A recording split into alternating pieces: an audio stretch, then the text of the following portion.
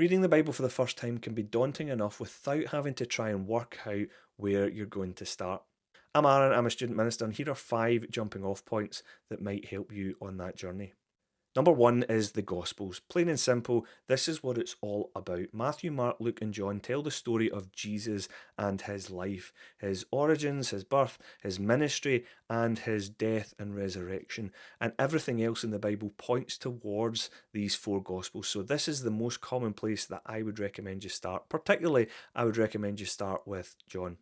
The second place I also sometimes recommend is the Psalms. Now, the Psalms have every type of human emotion from joy and happiness to sadness, sorrow, and grief in them, and basically is a great explanation of the human condition and how people have related to God over lots of different experiences and difficulties that they've faced in their life, as well as joys and triumphs too.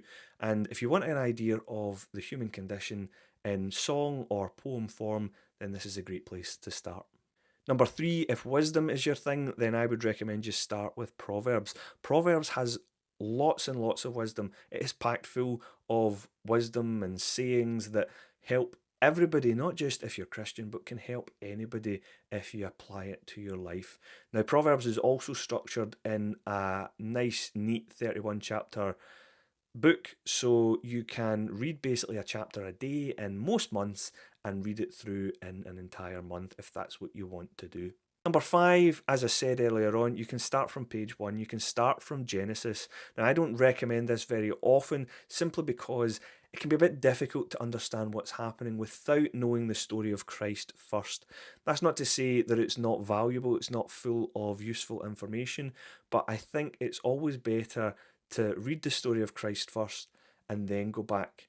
Having said that, I have done it this way, I have got a lot out of it, but you do start to struggle after you pass through Genesis, you pass through Exodus, and you start to get to Leviticus, Numbers, Deuteronomy. It's very, very difficult to get through that, and they are quite a slog if you're new to reading the Bible.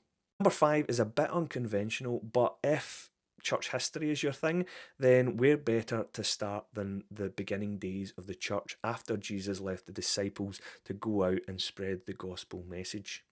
Acts is a great place to start for that story, and you also get a wee bit of a glimpse into who Jesus is at the same time there. And as you read through the New Testament, you'll get even more of a glimpse into what that message means, which sometimes is more helpful when you're reading through the Gospels to know that information first. It just depends what way you want to get that information. Now, perhaps I've confused you even more and given you more food for thought, but really, you just start.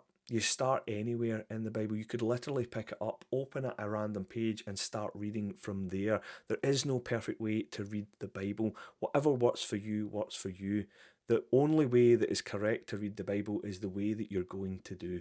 It's as simple as that.